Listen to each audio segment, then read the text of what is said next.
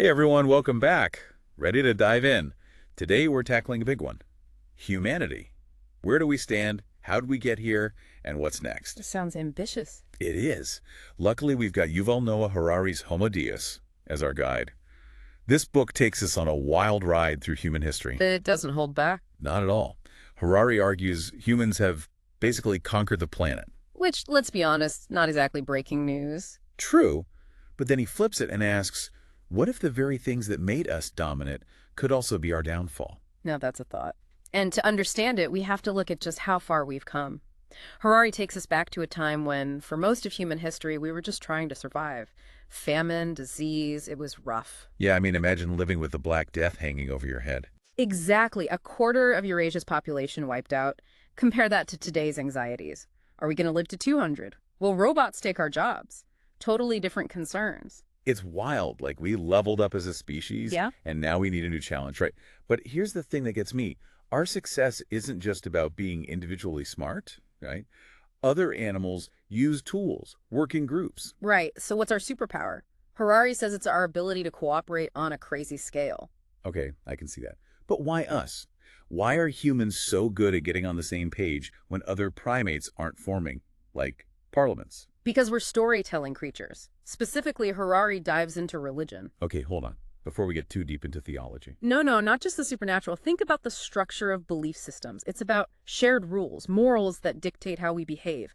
Even today, these religions pop up. Really? Like Yeah. what? Take liberalism. Individual liberty, freedom, equal rights. These are deeply held beliefs, often with the same conviction as religious faith. So it's not just about rituals. It's about the stories we tell ourselves about who we are and how the world works. Exactly. And those stories, those narratives, they hold immense power. Which makes you wonder, what happens when those stories start to crumble? So we're this amazing collaborative species building empires out of shared stories. It's tempting to think we've got it all figured out. Right. But something tells me you're about to throw a wrench in that theory. Well, Harari makes us confront a difficult question. What if these foundations, these narratives like liberalism, are built on shaky ground? Wait, you're saying our ideas about freedom, individual rights, are flawed? Harari points to this idea of free will. Liberalism hinges on us being rational, making choices that shape our lives. Makes sense. But then he brings up modern science, neuroscience specifically, that challenges this very idea. Neuroscience? You're going to suggest we scan people's brains while they vote or something? Not quite, but there's these fascinating experiments with robo-rats. Scientists can basically control a rat's movements by stimulating parts of its brain. Okay, that's kind of creepy. Totally. In fact- They can make it turn, climb, all by manipulating these neural circuits. It makes you wonder, what if our choices, our beliefs, are just pre-programmed pathways? But humans aren't rats. We have consciousness, self-awareness that has to count for something. Right. But then, to complicate matters further, Harari brings up the split brain phenomenon. Our brains have two hemispheres, and get this, they don't always work so smoothly together. Okay, now you're just messing with me. Yeah. Split brain. There were experiments on patients with surgically separated hemispheres. Wild stuff.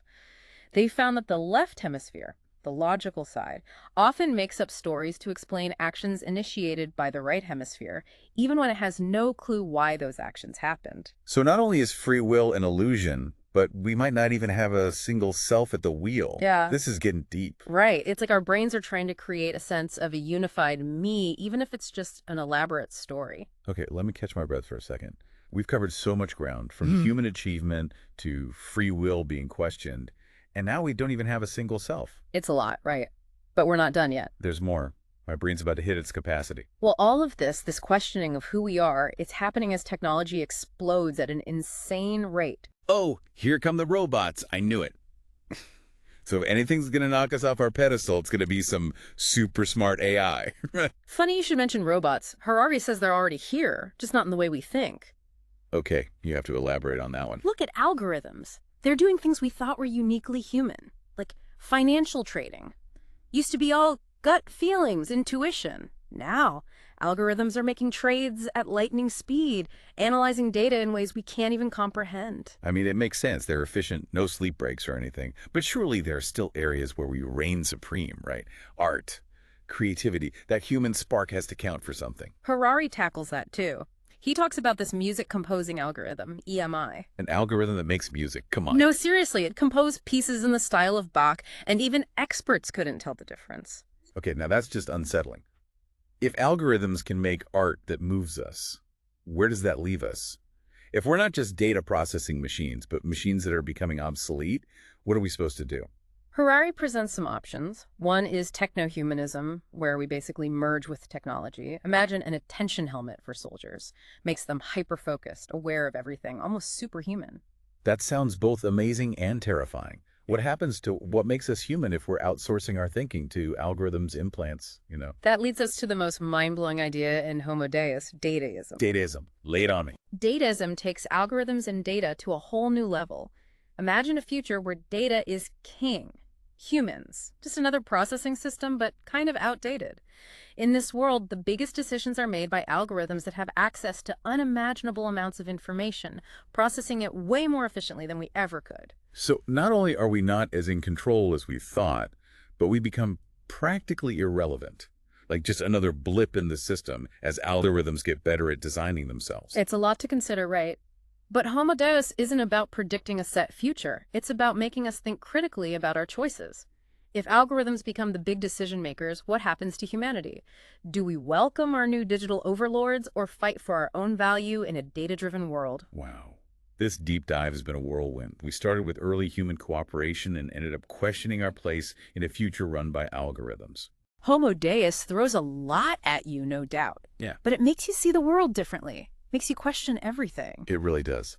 So, to everyone listening, if you want a book that'll challenge you, make you rethink everything you thought you knew, pick up Homo Deus. You won't regret it. And until next time, keep those brains buzzing and keep on diving deep.